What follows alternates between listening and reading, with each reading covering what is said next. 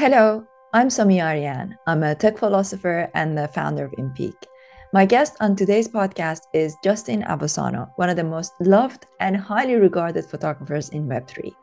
We talk about pain, his creative process, the business of NFTs, and so much more. I hope you enjoy.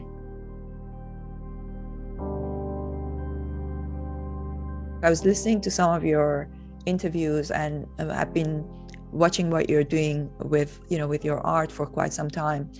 And the thing that really stood out for me, Justin, was your pain. As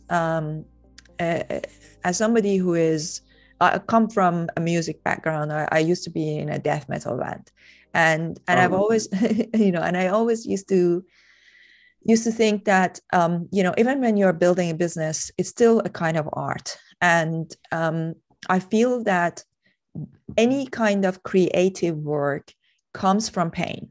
Usually it's when you are in the most amount of pain, you create your best work, and that's, or at least that's the seed. That's where it starts. And then over time, you heal through the work that you do. As you build, you heal.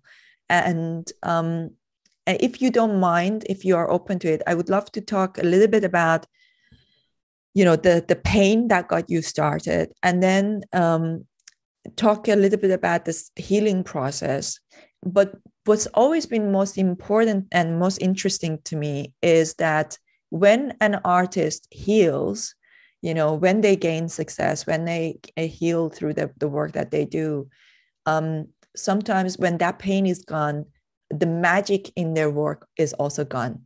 So I'd love to talk a little bit about, how can an artist maintain that mojo, that magic in their work when they have gained success, and maybe they don't feel that pain as much. Yeah, thanks for asking that question. I think that's a deep question. A lot of my art does come from pain, and intuitively, art has just been my vehicle of communication and expression, and what makes me feel the best. And it took years and years to even understand the fact that art helps me through pain. Art helps me through bad times. Art was just always there for me.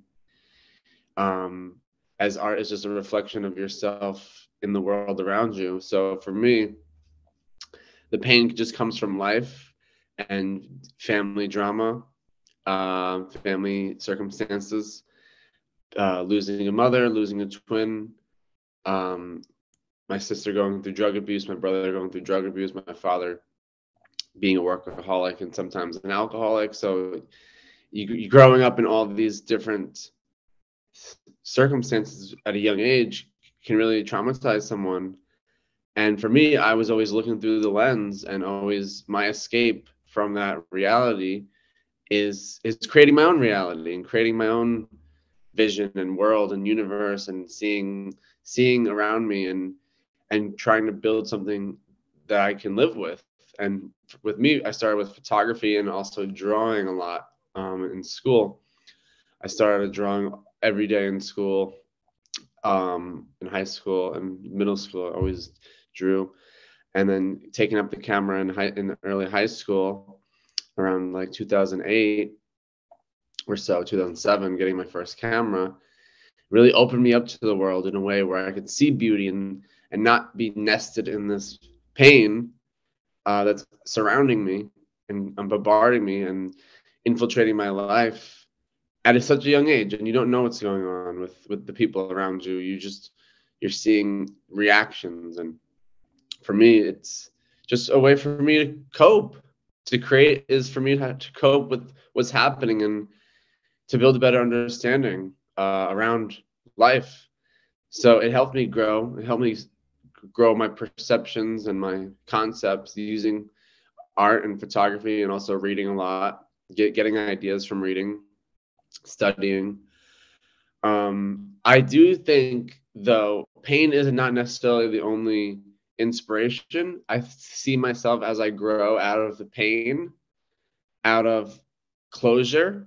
I think closure is the biggest word. And I think starting from that point embodies a part of me that allows me to forgive and also accept circumstances and transmute that negativity into a story, into something relatable. And I think for me, it had to start with death. It had to start with pain. And now I'm in a place where I don't have to be in pain. I could create, enjoy, and actually connect with more people, because not everyone's in pain. Some artists are, and I work off of that. And I aim to transmute that into something beautiful and something also healthy and sustainable. So as I move forward, I'm not in so much pain. That's true, because I've dealt and healed and closed that part of me, and now I could see the world so fresh and so new. I could take it all in a new way that actually can inspire more people rather than from something so negative. It could actually be from a positive place. So I'm seeing my own evolution as an artist from going from the pain, I call it the healing journey, into what I like to say is the hero's journey. And the hero's journey for me is very just like you're stepping into your power, you're taking your power back. You know who you are, you know what you want to be in this world, and you embody it. And I think that's a place where we need heroes, we need leaders to embody their truth. Otherwise, no one's going to live their truth, and the artist lives their truth. I know I make art simply to make myself feel better and also create the ideas and images that are in my brain, and also the stories and the majorly conceptual themed projects are storytelling, and it's not random or unthought out. It's like I take years creating the concept, thinking about the execution, thinking about the materials. Let's take Smoke and Mirrors, for example. It's my newest project that I'm having 4 exhibitions this year for, starting on March 25th and then April 25th in LA and Berlin. But for this project, it's really about the materials and the idea, and how the ideas connect to the material, and also the story of the tarot, and how the story of the tarot is imbued in everyone's life through their circumstances they're going through. And you could kind of call out what you're going through by the card you draw that day. So in a way, it's a universal story that's been told over centuries in different civilizations as different stories, but it all comes back to these archetypes. And I see these archetypes as the people that you meet and see throughout your life and your day, and who help you evolve into a person that finds their truth. So in a way, it's like we're all on the fool's journey, seeking our truth to become who we truly are supposed to be. And for me, the tarot is a great guide and a great story, and it's ancient. And the way I connect that ancient story to the materials of the papyrus paper, it's like I'm bringing it back to humanity and to where we come from, to the images that we've created so long ago, and yet they're so relevant today. And then using silkscreen as the contemporary printing process to communicate these ideas through my photography. It's like a mixed media element. So I'm transcending photography. I'm also visualizing the person with their aura and their spirit. So it's like you're in touch with both the material and spirit world with these, what I call tarot scrolls. And so it's like a magic artwork. And I like to think of them as hieroglyphs, like neoglyphs, because when you think of hieroglyphs, they're images on papyrus. And we speak in a language of text and letters. But then when photography is implied in that way, it's like a new age of hieroglyphs that communicate what the world is. And I like to put my photographs of these people on papyrus because it makes it feel like it's communicating a story, just like the ancient Egyptians or the ancient Mesopotamians or Sumerians were communicating to their glyphs. So, you know, it really bridges the past, present, and future. And I say the future because these material objects that are analogically created in a generative handmade way, I would say, because none of the pictures are very similar. They're all a little different variations. But the future element is living on the blockchain. So again, these papyrus tarot scrolls are archived on the blockchain, which in another sense is another way of hieroglyphs can be perceived. Just like we see these things in the temples, and they've been there for thousands of years. For the future, these neoglyphs, these tarot scrolls, will be on the blockchain, and we will be ancient to the future. So it's interesting to play with time, our understanding with our ancestors and how we connect to that, and also the future civilization, seeing what we're putting on the blockchain today, because we're at the brink of it. So in a way, I've been working on this project since 2018, and it took for technology to really amplify it to that level where the concept meets the technology. Otherwise, it would have just been, the final product would have been papyrus prints in the gallery wall. But I think to make it, the story last, and to make it resonate, it needs to be archived in a way. What we're doing now matters. So the blockchain has if you think of the blockchain, it's like we're scribing these images, digital files, onto a permanent place, just like we see the hieroglyphs on the stones. So I like to bring that all together through this project, and really stepping into that hero's journey and connecting with people all around the world and telling that story as one, and also making it a tarot deck so people could enjoy. Super interesting. So what would you say to photographers coming into the Web3 space who don't know anything about all the things that you just said, in terms of that the blockchain is like this, you know, you're basically saying it's similar kind of to what in ancient history, this is the way that we would, you know, engrave these things into a part of history forever. How do you explain this to, you know, think about like people listening to this that may not necessarily know, you know, it would be really helpful, because hopefully, you know, this podcast right now, a lot of people who listen to it are people who are in Web3, but there are also a lot of people who listen to it who are new to it, and which is why I would love to, you know, have you on the platform and do a session for photographers new to this. You know, we'll go to LinkedIn and well, you know, bring I'm people still new to this too. I'm not an expert. I'm still new to this too. I'm an artist that's experimenting with the technology that's provided, and I think the answer to your question is you just play until you get an understanding of what you're working with. And for me, it comes intuitively and native. You know, I've been playing with crypto since 2017, even Bitcoin earlier. So I had that general understanding by learning it, and learning to lose money, and learning to hate it, and learning to love it. And just learning. I think learning is how you can understand what the blockchain is and how it's used and what you want it to be. I think there's so much freedom. You know, anyone can make up what they want the blockchain to be, and you could add layers to it. So it's an ever-changing technological breakthrough that we're dealing with here, and it's still being built as we continue, as you see with all these new projects and artists coming out. They're just continuously playing around with it just to create new models and mechanics. So for me, I like to think of it from a philosophical standpoint, and just from my experiences, share my feelings on what it symbolizes. And for me, symbolism is a really strong way to connect ideas to things.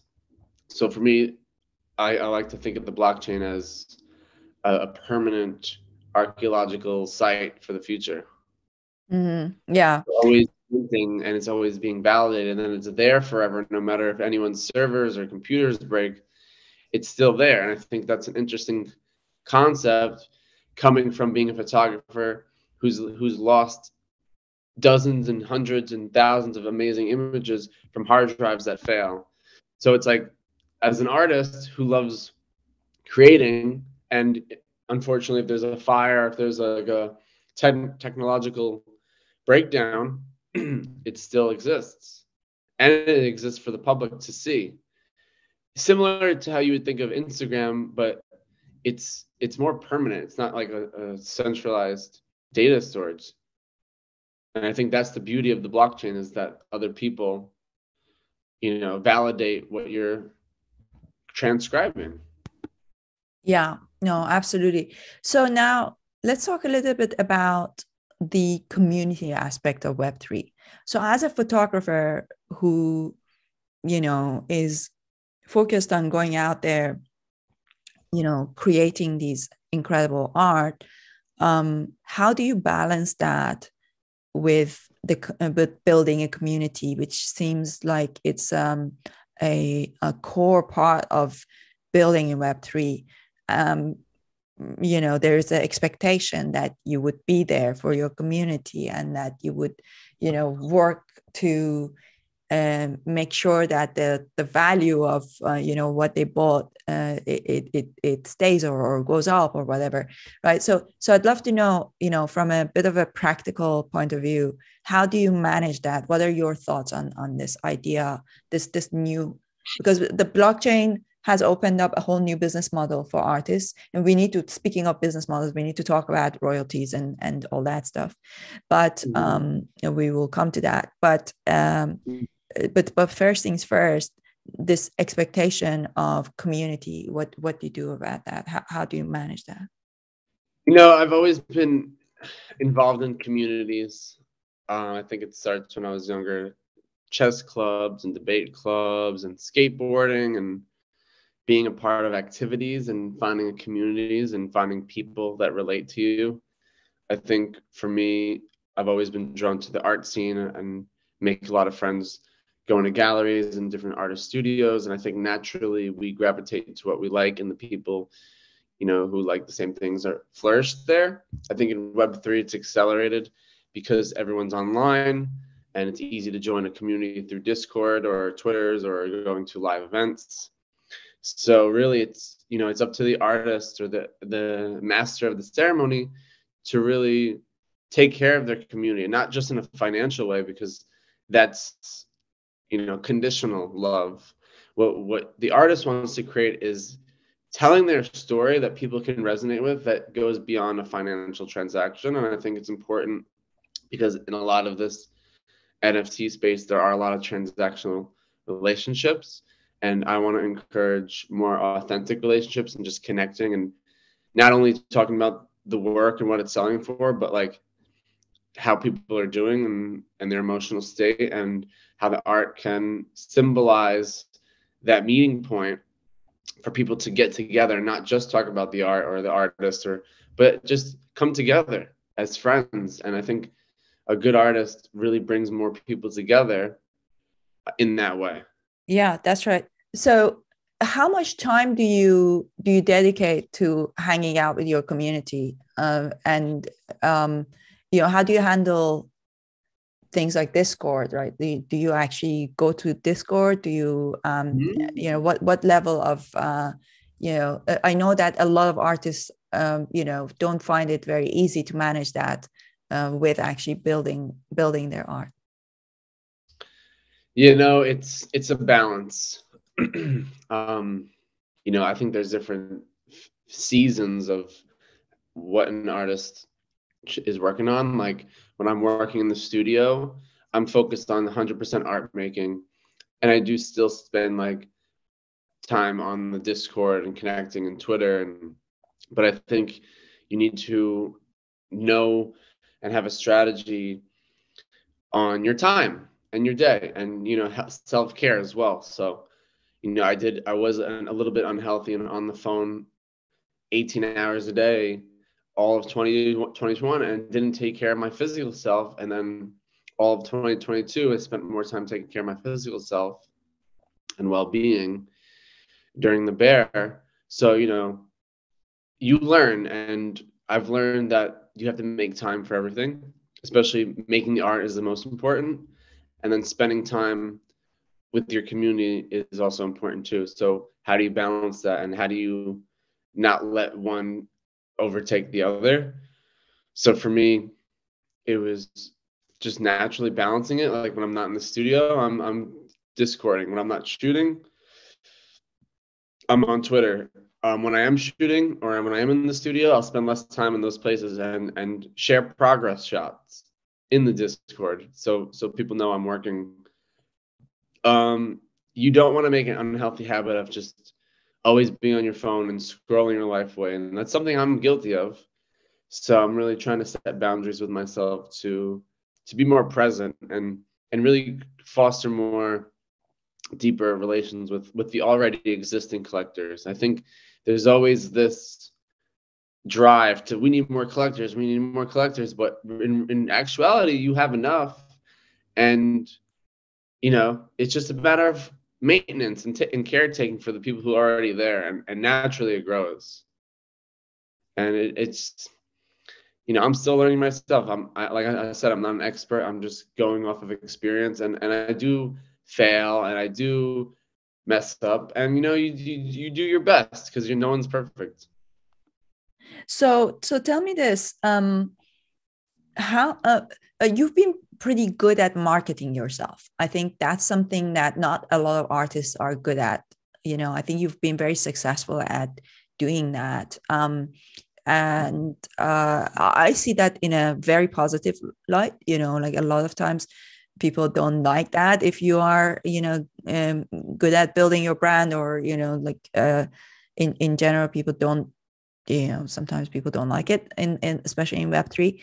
But I think that there's a lot to be learned from the way that you have built your brand as an artist. Can you talk a little bit to that? And for maybe up and coming artists thinking about this, what should they do to build their brand? Because ultimately it's like anything else.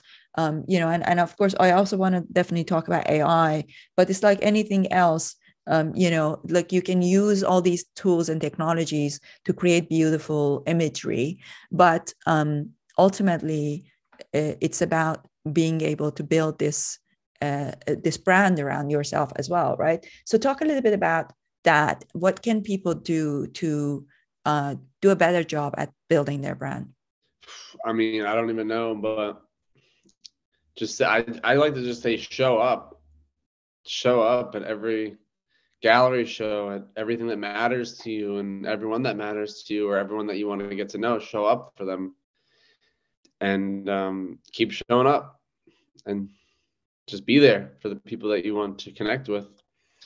That's what I've been doing, and just continue making your art and not settling for less, and do everything out of integrity. And when you don't do things out of integrity, you'll learn, and you learn not to do those things. So I think building a brand, I don't even see myself as a brand, but if I am a brand, it's just telling the story so authentically and unapologetically that it's not a shill, it's like a need, a desire to like connect with people, to share something you're proud of. For me, it's like I wanted Twin Flames to be known, and I've been fighting for it for years, having gallery shows, getting noticed by museum curators and people, and just sending that book out to the editors and getting it into people's hands, creating the mass movement behind the project, and then telling that story on all the tools that we have with the voice chats, and just sharing. Instead of shilling, you're sharing, and it's like, it's an energy. If you're trying to sell something, it's obvious. But if you're sharing something from your heart, it's like, it's different. It's a different frequency. And I think people resonate with that frequency.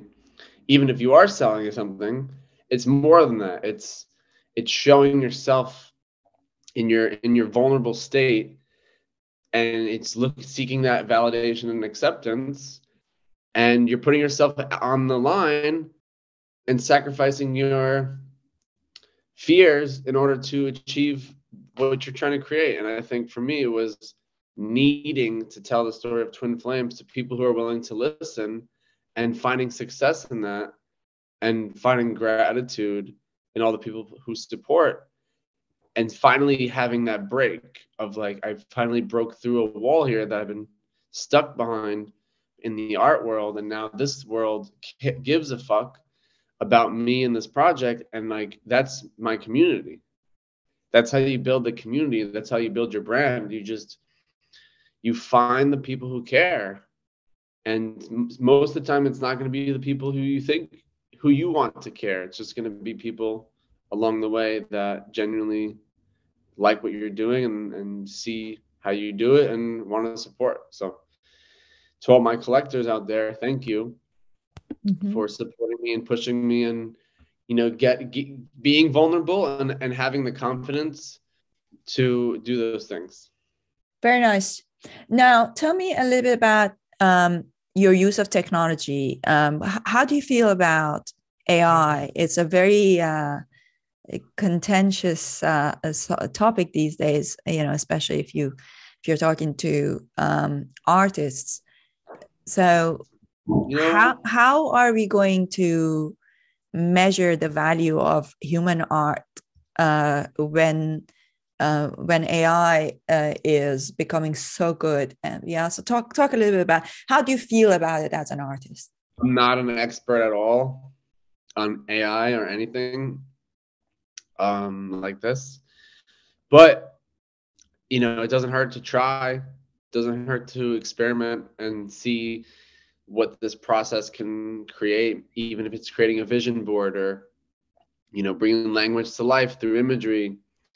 There's some use here that can inspire something. Even if doing one thing can inspire a new thing that can actually put you on track to creating what you want to create. And I wouldn't say that AI is controversial. It's a tool, and it's the way you see it makes it that way. So for me, I'm interested in seeing how it functions, and I play around with it, and I don't see it as a threat. Actually, I think there'll be metadata involved that says that this is an AI image, so people should be aware. I think that's the biggest thing about AI. It's like there needs to be a disclaimer of wherever you're seeing it, that it's like, this is AI. And I think that will make everything at ease versus so like a conflict.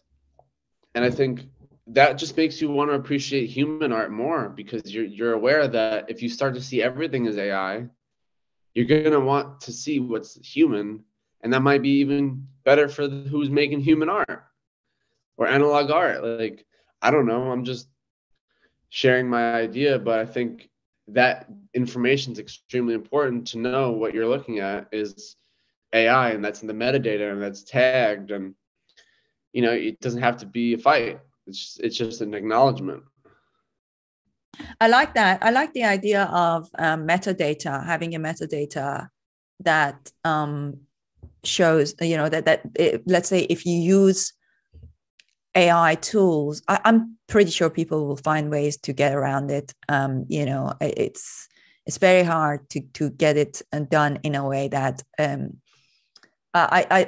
to have like the technology that it sort of injects that into the metadata. I think it's difficult. But I really like the idea of looking at it and thinking, okay, this is AI or not, just knowing that. But do you think that human created art should be inherently more valuable? Is that how you would see it? It's beauty is in the eye of the beholder. So whether you're the artist or the collector, that's up to you to say. It's not for me to, I don't know. Yeah, no, that's very true, because there has been experiments where both in terms of music. So for example, I talked about in my book, which is about the future of work. And in it, I discuss how there is this experiment done where music was generated in the style of Bach, and presented to Bach lovers. And some of the Bach lovers, they thought actually that was, music by Bach, and in some cases they actually preferred it. They were like, they in some cases they actually found it more pleasing, and a similar kind of thing has been done with visual art. So this is it's quite common. It's quite common already. So it can happen that you like the AI art better. But I think over time, as this art gets even better, it will become even more difficult to distinguish, and kind of, I think that one of the biggest debates of our this decade and the coming decade is going to be this whole idea, everything to do with IP rights around it, whether you should be valuing AI art in a similar way, and not just AI art, but the output of AI in every possible way. How do you feel about this new conversation around royalties and the whole debate? I think because there are two different categories here. There's the artists, and then there's the businesses building, let's say, for example, if you're using NFTs as a membership, it's a very different story to if somebody is selling art. So yeah, so tell me a little bit about, from your artist perspective, how do you feel about these conversations going on right now? I am an advocate for royalties. As an artist, that's the main draw for NFTs and why they're an important technological revolution for everyone who's a creator here. So I think royalties are extremely important for sustainability and longevity, and the care of an artist to continue working, because it's very disappointing and also disassociative when you're not involved in the success. And I think that dampers the energy in the project. So I think for an artist, it's absolutely necessary.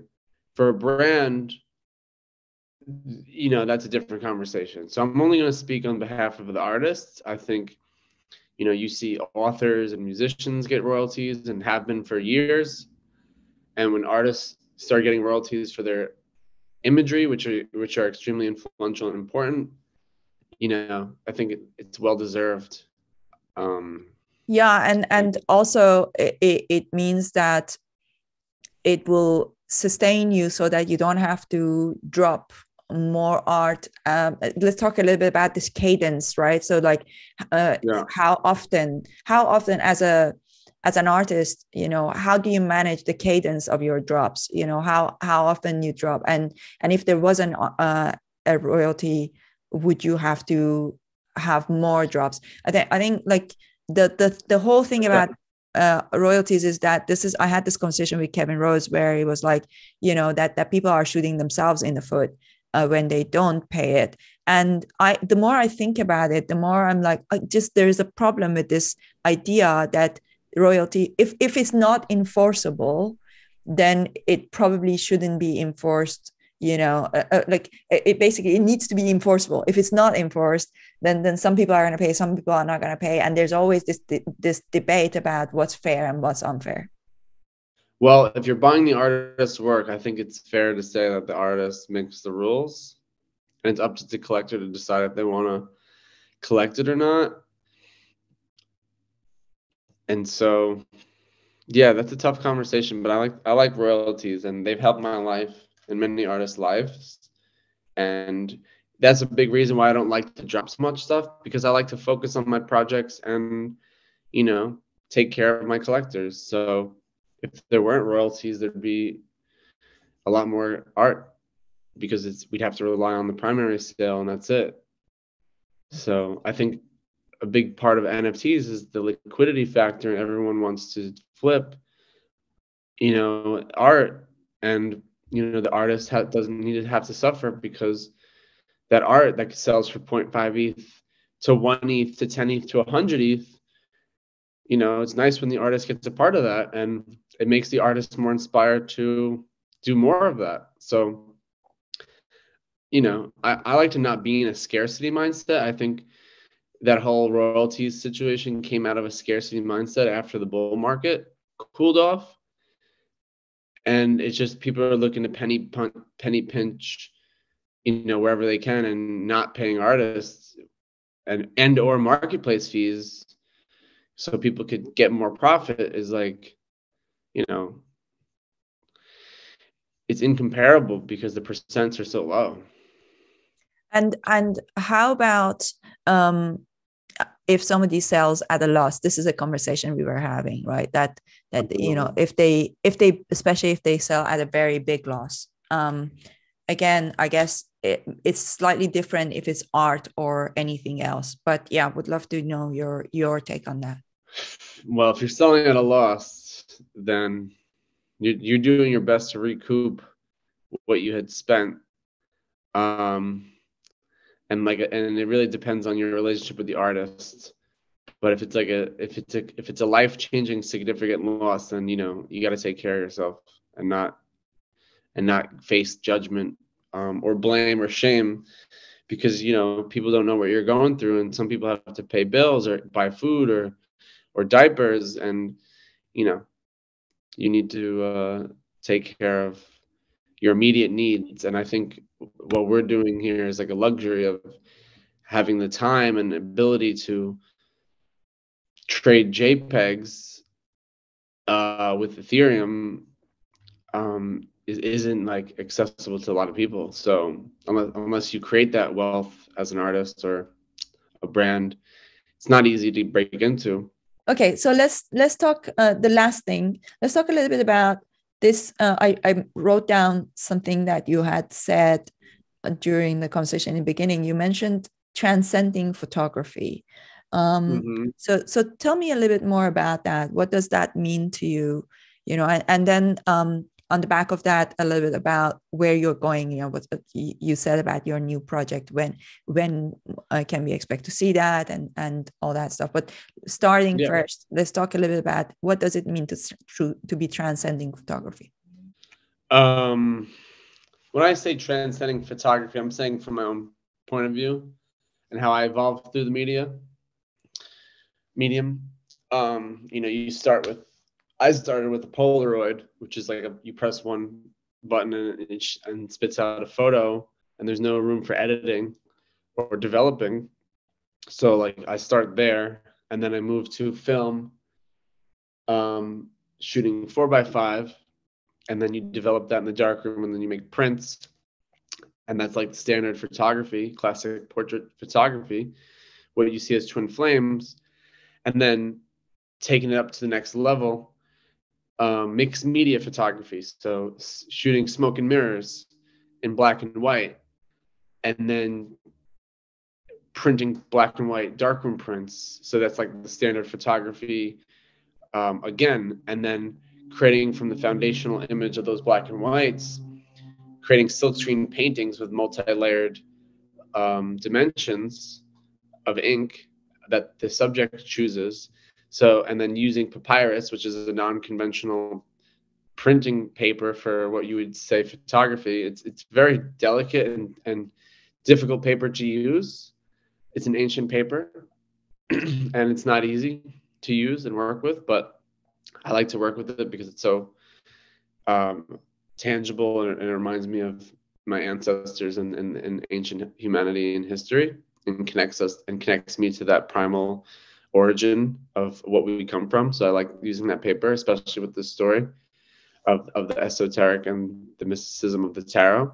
And I think it works well together, and they complement the story, complements the material, and creating paintings out of the photographs, where it's not just a photograph anymore, it's something in between a painting and a photograph.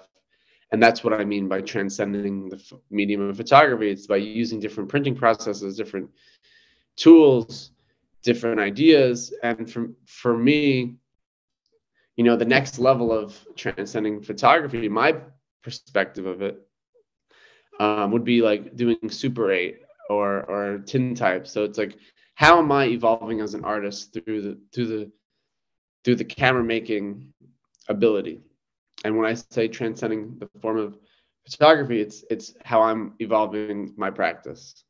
Awesome. I love it. Okay. So when is this next project coming out?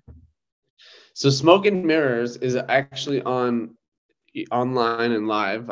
I started that project in 2018 and finished shooting it in 2021. We just finished doing all the silk screens.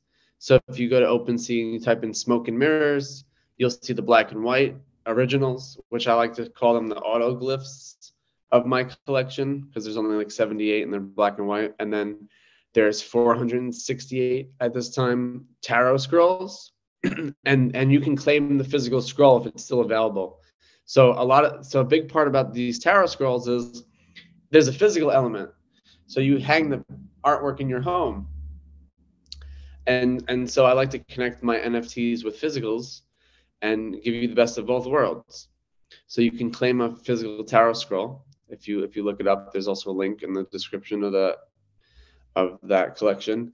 And I'm having my first solo exhibition for Smoke and Mirrors and in LA on March 25th at GABA Gallery.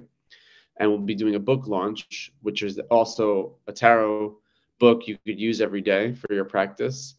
We'll be having an exhibition April 25th at expanded.art in Berlin. And then in Paris for Paris Photo. And then in New York to finish it off at Venus over Manhattan sometime in October or November. So this year it's going to be exhibiting, on tour, Smoke and Mirrors all around the world. And hopefully it'll end up in a museum. Very nice. Looking forward to following your journey. Are you planning to be at a Proof conference? Do you think you would be? I'm supposed to be there. Okay. I don't know yet whether I will make it, but I've got. Are you going to NFT Paris? Yeah, I will be there. So I'll see you there. Perfect. Awesome. Looking forward to it. Thank you so much, Justin. This has been great. Thank you. I hope you enjoyed this conversation with Justin Aversano. Be sure to follow him on Twitter if you haven't already. If you enjoyed this podcast, be sure to subscribe to it on Apple, Spotify, or any other one of your favorite podcast channels. And don't forget to give it a 5-star rating and write a review. The full interviews are also available on my YouTube channel, The Somi Arian Show.